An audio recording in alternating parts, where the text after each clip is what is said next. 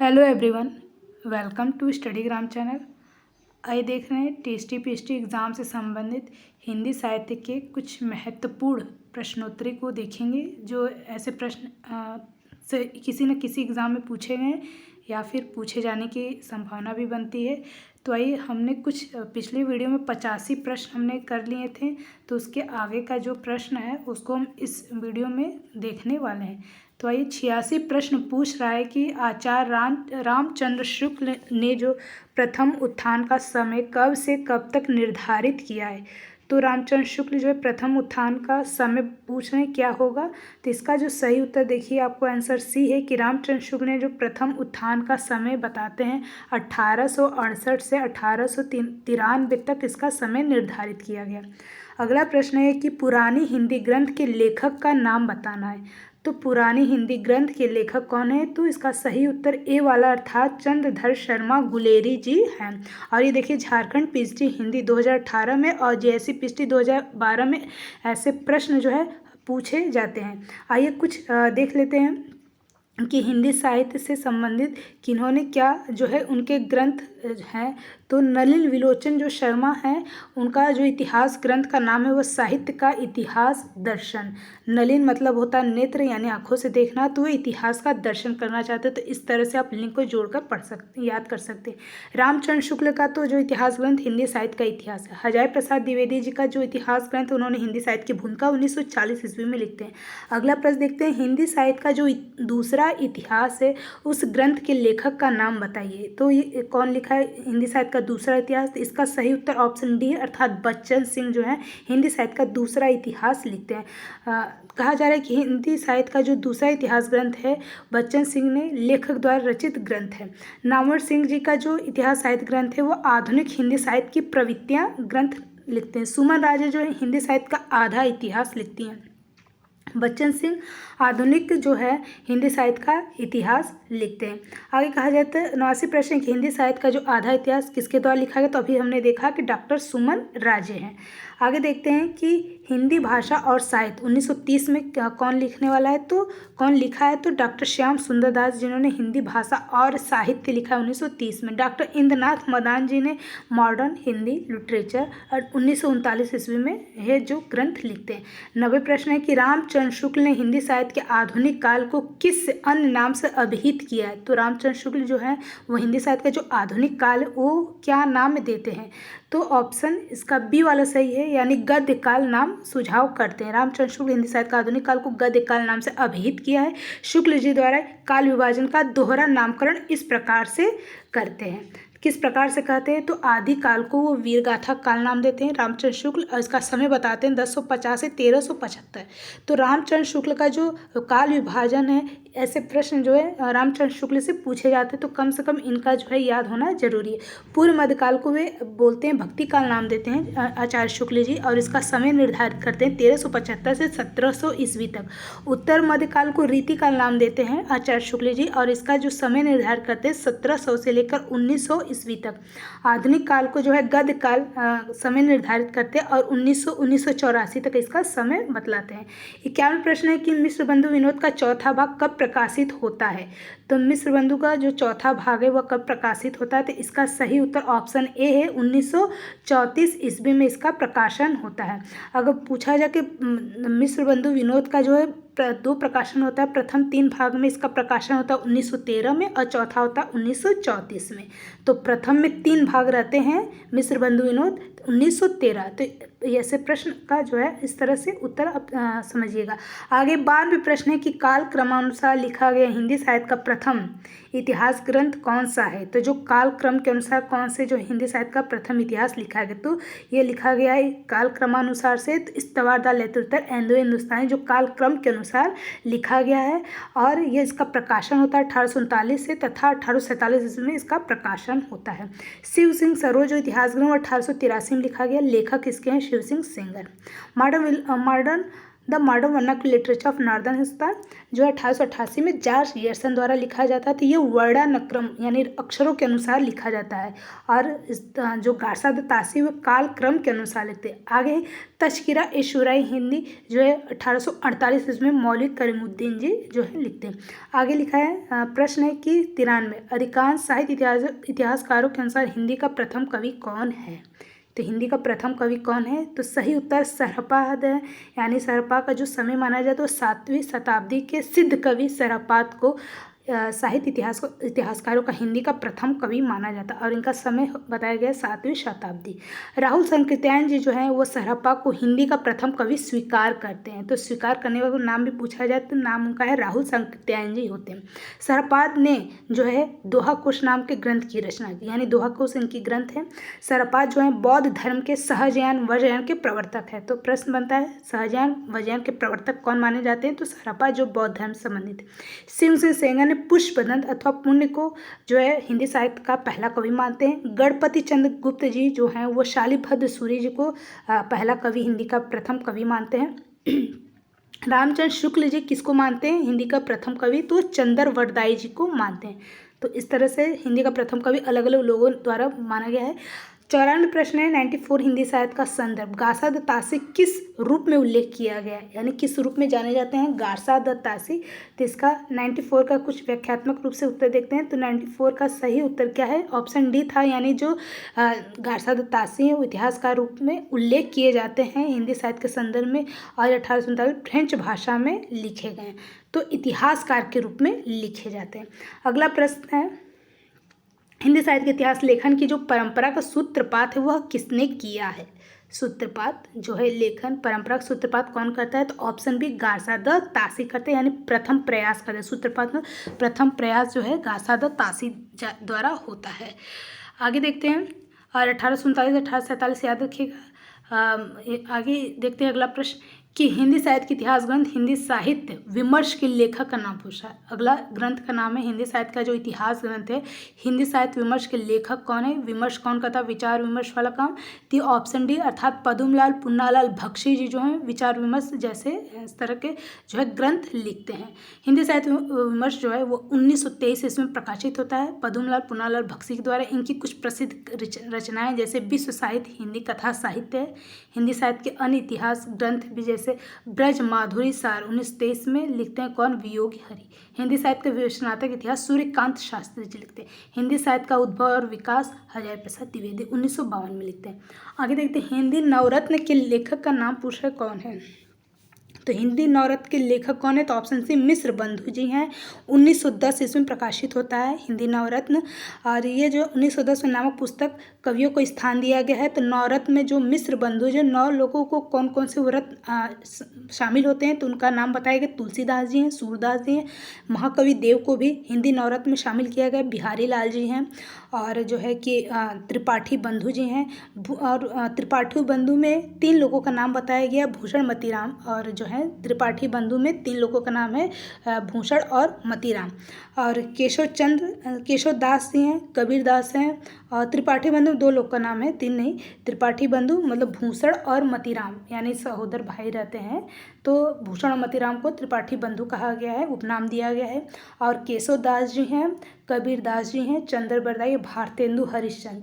तो इस तरह से जो मिश्र बंधु हैं यानी गणेश बिहारी, श्याम बिहारी, सुखदेव बिहारी जो ये लोग हैं उन्होंने हिंदी नवरत्न नामक जो है ग्रंथ लिखते हैं 1910 में और इस तरह से 9 कवियों को जो है अपने रचनाओं में जो है समाहित करते हैं। तो तुलसीदास, सूरदास, देव, बिहारी लाल, त्रिपाठी बंधु, केशवदास, कबीर, चंद्रवदय, भारतेंदु हरिश्चंद्र जी।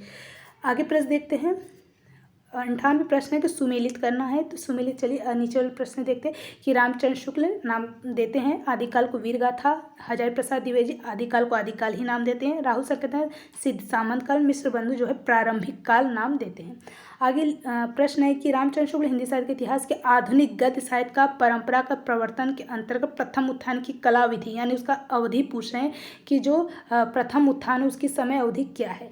तो बताया गया बी वाला उत्तर सही है, यानी विक्रम संवत 1925 से 1950 विक्रम संवत तक माना गया है। तो ये विक्रम संवत में पूछ रहा है, 1925 से 1950 तक प्रथम उत्थान जो है मानते हैं। हिंदी काल में हरिश्चंद्र और उनके सहयोगी लेखक मंडो द्वारा आधुनिक गद्य परंपरा का समृद्ध प्रवर्तन हो चुका था, यानी भारतेंदु हरिश्चंद्र के द्वारा जो है गद्य काल का प्रवर्तक हो चुका था। इस अवदान पर वर्तमान को गद्य साहित्य का टीका हुआ है। आगे प्रश्न, साहित्य का इतिहास दर्शक किसने लिखा है? तो नलिन विलोचन शर्मा। आगे देखते हैं साहित्य का इतिहास जो है, हिंदी साहित्य का इतिहास जो है डॉक्टर नगेंद्र उसका संपादन करते हैं। हिंदी साहित्य का 20वीं शताब्दी नंद दुलारे वाजपेयी जी। रीतिकाल का समय क्या है? तो रीतिकाल का जो समय है वो 1700 से 1900 ईस्वी तक माना गया है। तो देखते हैं इसका सही उत्तर व्याख्यात्मक रूप से 101 का सही उत्तर क्या होगा? तो बी वाला, अर्थात बोला 1700 से 1900 तक विक्रम संवत रीतिकाल का जो है समय आचार्य शुक्ल के द्वारा माना जाता है। और तथा अन्य कालों का जो समय भी इस प्रकार है कि आदिकाल वीरगाथा काल 1050 से 1375 तक, विक्रम संवत भक्तिकाल 1375 1700, आधुनिक काल 1900 से लेकर के जो है कि 1984 ईस्वी तक विक्रम संवत माना गया। आगे प्रश्न है कि हिंदी को प्रारंभिक काल को वीरगाथा काल नाम किसने दिया है? तो कौन देता है? तो आचार्य शुक्ल जी देते हैं। अगला प्रश्न, आदिकाल को प्रारंभिक काल कौन नाम देता है? तो मिश्र बंधु जी देते हैं। तो मिश्र बंधु प्रारंभिक काल को दो भागों में बांटते हैं, पूर्व प्रारंभिक काल और उत्तर आरंभिक काल। तो पूर्व प्रारंभिक काल का जो समय मानते हैं मिश्र बंधु, तो वो मानते हैं 700 से लेकर के 1343। दूसरा भाग जो उत्तर आरंभिक काल है उसका समय मानते हैं 1344 से 1444 ईस्वी तक जो है मिश्र बंधु जी मानते हैं। आगे कहा जा रहा है कि आदिकाल को बीज वपन काल नाम किसने दिया है? तो ये नाम किसने दिया? तो आचार्य महावीर प्रसाद द्विवेदी जी नाम देते हैं। तो चलिए आदिकाल का नामकरण प्रस्तुत होता, तो आपको इतना सब पता हो गया। आगे देखते हैं 105 प्रश्न की हिंदी साहित्य का इतिहास सबसे पहले किसने किया था? तो किसने किया था इसका सूत्रपात मतलब पूछ रहा है। तो 105 का सही उत्तर करने वाले कौन है? बी नहीं, इसमें पूछ रहा है कि हिंदी में, यानी हिंदी में ही, हिंदी भाषा में हिंदी साहित्य का इतिहास लिखने वाले इसका प्रयास कौन करता है? तो हिंदी में जो हिंदी साहित्य का इतिहास ग्रंथ है वह शिव सिंह सेंगर द्वारा होता है। शिव सिंह सरोज नाम से प्रकाशित 1883 में लिखा जाता है। हिंदी साहित्य का इतिहास जो सर्वप्रथम है वो घासादे तासी द्वारा होता है। चलिए आगे देखते हैं, ये सब चीज़ें हो गया था। अगला प्रश्न 106 की रचनाओं और रचनाकारों का जो है नाम सुमेलित करना है। तो इसका जो है इधर देख लेते हैं कि हिंदी साहित्य की भूमिका 40 में लिखा जाता है 1940 हजारी प्रसाद द्विवेदी जी के द्वारा। हिंदी साहित्य का आलोचनात्मक इतिहास जो है 1938 में राम कुमार वर्मा जी के द्वारा लिखा जाता है। और उत्तर भारत की जो संत परंपरा जो है इसका तो सन नहीं बताया गया, किंतु ये इतिहासकार कौन है? तो ये परशुराम चतुर्वेदी जी हैं, जिन्होंने उत्तर भारत के संत परंपरा नामक इतिहास ग्रंथ लिखते हैं। हिंदी साहित्य का दूसरा इतिहास 1996 में लिखा गया बच्चन सिंह के द्वारा। हिंदी साहित्य का दूसरा इतिहास। आधुनिक हिंदी साहित्य 1941 में लिखा गया, किसके द्वारा? तो लक्ष्मी सागर वाषाएं, उन्होंने आधुनिक हिंदी साहित्य लिखते हैं 1941 में। अगला प्रश्न, हिंदी साहित्य के इतिहास लेखक का जो काल क्रमानुसार सही क्रम क्या है? अब देखिए काल क्रम के अनुसार पूछा है, यानी कि गासा दत्तासी द्वारा जो हिंदी साहित्य का काल क्रमानुसार से विभाजन करते हैं उनका पूछा है कि सही क्रम क्या हुआ। तो आइए इसका जो है सीधे उत्तर की तरफ चलते हैं। 107 का जो सही उत्तर क्या है? 107 का सही उत्तर बोल रहे हैं काल क्रमानुसार।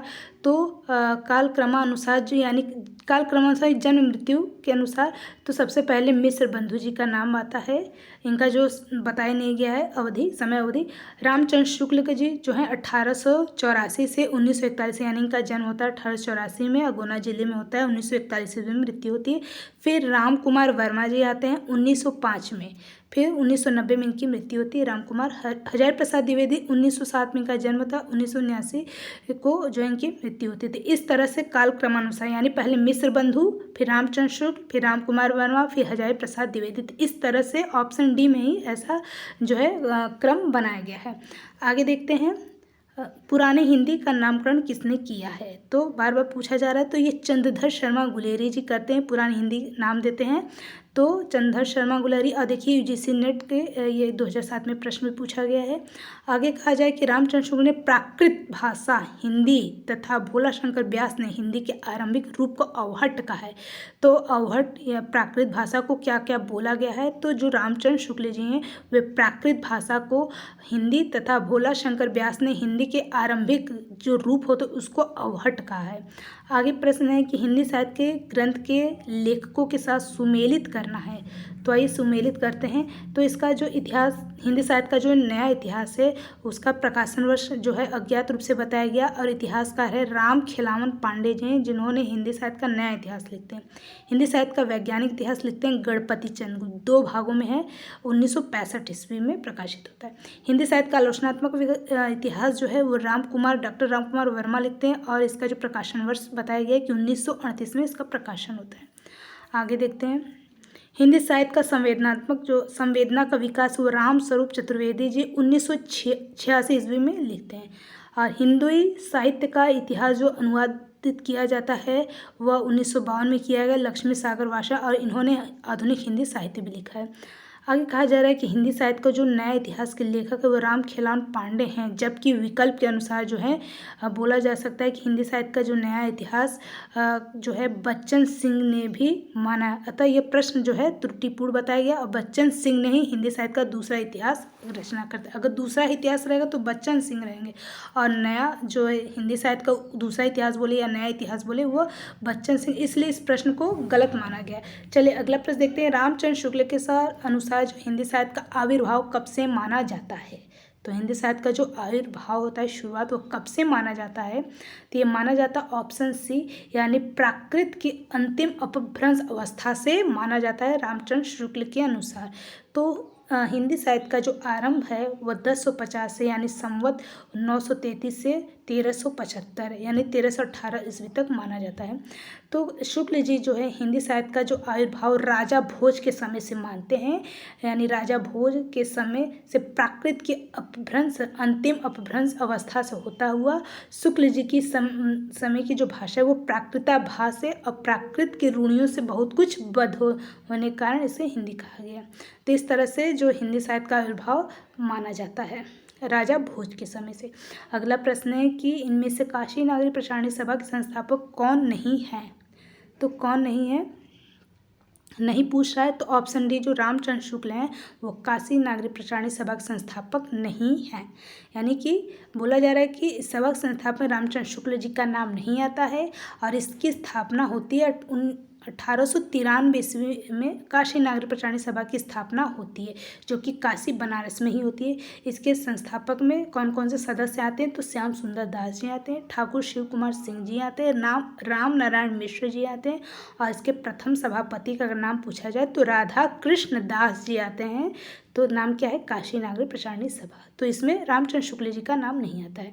आगे पूछा साहित्य जन समूह के हृदय का विकास, यह परिभाषा किसकी है, तो ये परिभाषा किसकी है, तो बालकृष्ण भट्ट जी का ये परिभाषा है। उन्होंने कहा साहित्य जन क्या है, समूह के हृदय का विकास माना गया है। तो बालकृष्ण भट्ट जी का कथन है। महावीर प्रसाद द्विवेदी जी का कथन है कि अंतःकरण की वृत्तियों के चित्र का नाम ही कविता है। भारतेंदु हरिश्चंद्र जी का जो है मानना है कि वह हिंदी नई चाल में ढली है। हजारी प्रसाद द्विवेदी जी का मानना है कि मनुष्य ही साहित्य का लक्ष्य है। तो ये इनका कथन है, हजारी प्रसाद द्विवेदी जी का, मनुष्य ही साहित्य का लक्ष्य। अगला प्रश्न है कि हिंदी साहित्य के काल क्रमानुसार सही क्रम कौन सा है, यानी काल क्रम के अनुसार तो सही क्रम कौन सा है, तो अभी हमने देखा था सबसे पहले किसका नाम आता है, तो मिश्र बंधु जी का नाम आता है। 113 का सही व्याख्यात्मक रूप से उत्तर देखते हैं।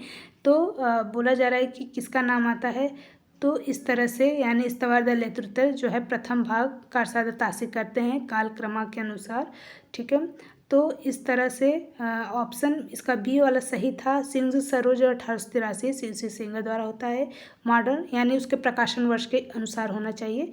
फिर मॉडर्न की लिटरेचर जो 1888 में लिखा गया गियर्सन जी के द्वारा। मिश्र बंधु विनोद 1913 में लिखा गया, फिर 1934 ईस्वी में।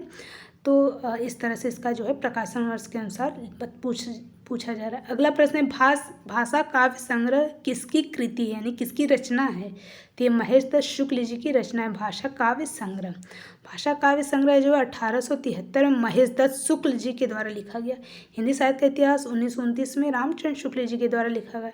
मिश्र बंधु जो है 1913 में मिश्र बंधु यानी कौन कौन से, श्याम बिहारी, सुखदेव बिहारी, गणेश बिहारी। तो प्रथम 3 भाग जो 1913 में, चौथा भाग जो है 1934 ईस्वी में प्रकाशित होता है।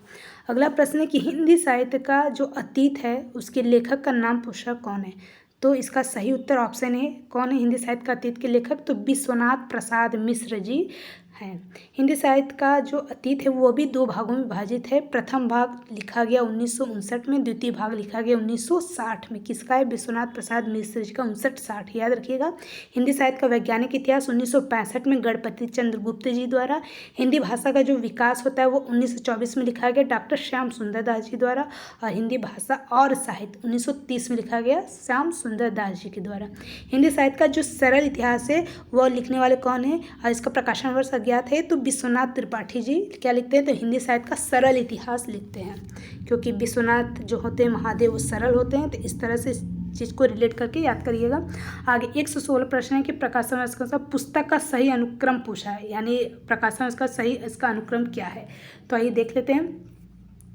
तो प्रकाशन वर्ष का जो मध्यकालीन बोध स्वरूप है वह कब लिखा गया, तो सबसे पहले 1970 में लिखा गया हजारी प्रसाद द्विवेदी जी के द्वारा। हिंदी साहित्य का जो संवेदना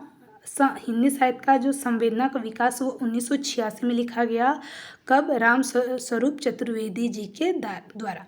हिंदी साहित्य का दूसरा इतिहास 1996 में लिखा गया बच्चन सिंह के द्वारा। हिंदी साहित्य का आधा इतिहास 2003 में लिखा गया। 2003 में हिंदी साहित्य का आधा इतिहास किसने लिखा, तो सुमन राजे ने। तो सबसे पहले मध्यकालीन बोध का स्वरूप आता है क्योंकि 1970 में लिखा जाता है। तो ये सब अगर प्रकाशन वर्ष याद रहेगा तभी आप जो है उसका अनुक्रम सही से लगा पाओगे। आगे है हिंदी साहित्य का इतिहास की जो भूमिका है साहित्य इतिहास ग्रंथ के द्वारा किसके द्वारा लिखा गया था। हिंदी साहित्य की भूमिका किसके द्वारा, तो हजारी प्रसाद द्विवेदी जी के द्वारा लिखा गया है। आगे देखते हैं किस लेखक के इतिहास ग्रंथ में सर्वप्रथम हिंदी साहित्य का काल विभाजन मिलता है। तो मिलता है किसके, कि सर्वप्रथम जो हिंदी साहित्य का काल विभाजन किसके द्वारा मिलता है, तो ऑप्शन डी जॉर्ज गियर्सन, जिन्होंने सर्वप्रथम हिंदी साहित्य का काल विभाजन के अनुसार मिलता है। मतलब किस ग्रंथ में, तो the modern vernacular literature of northern Hindustan 1888 में विभाजित होता है।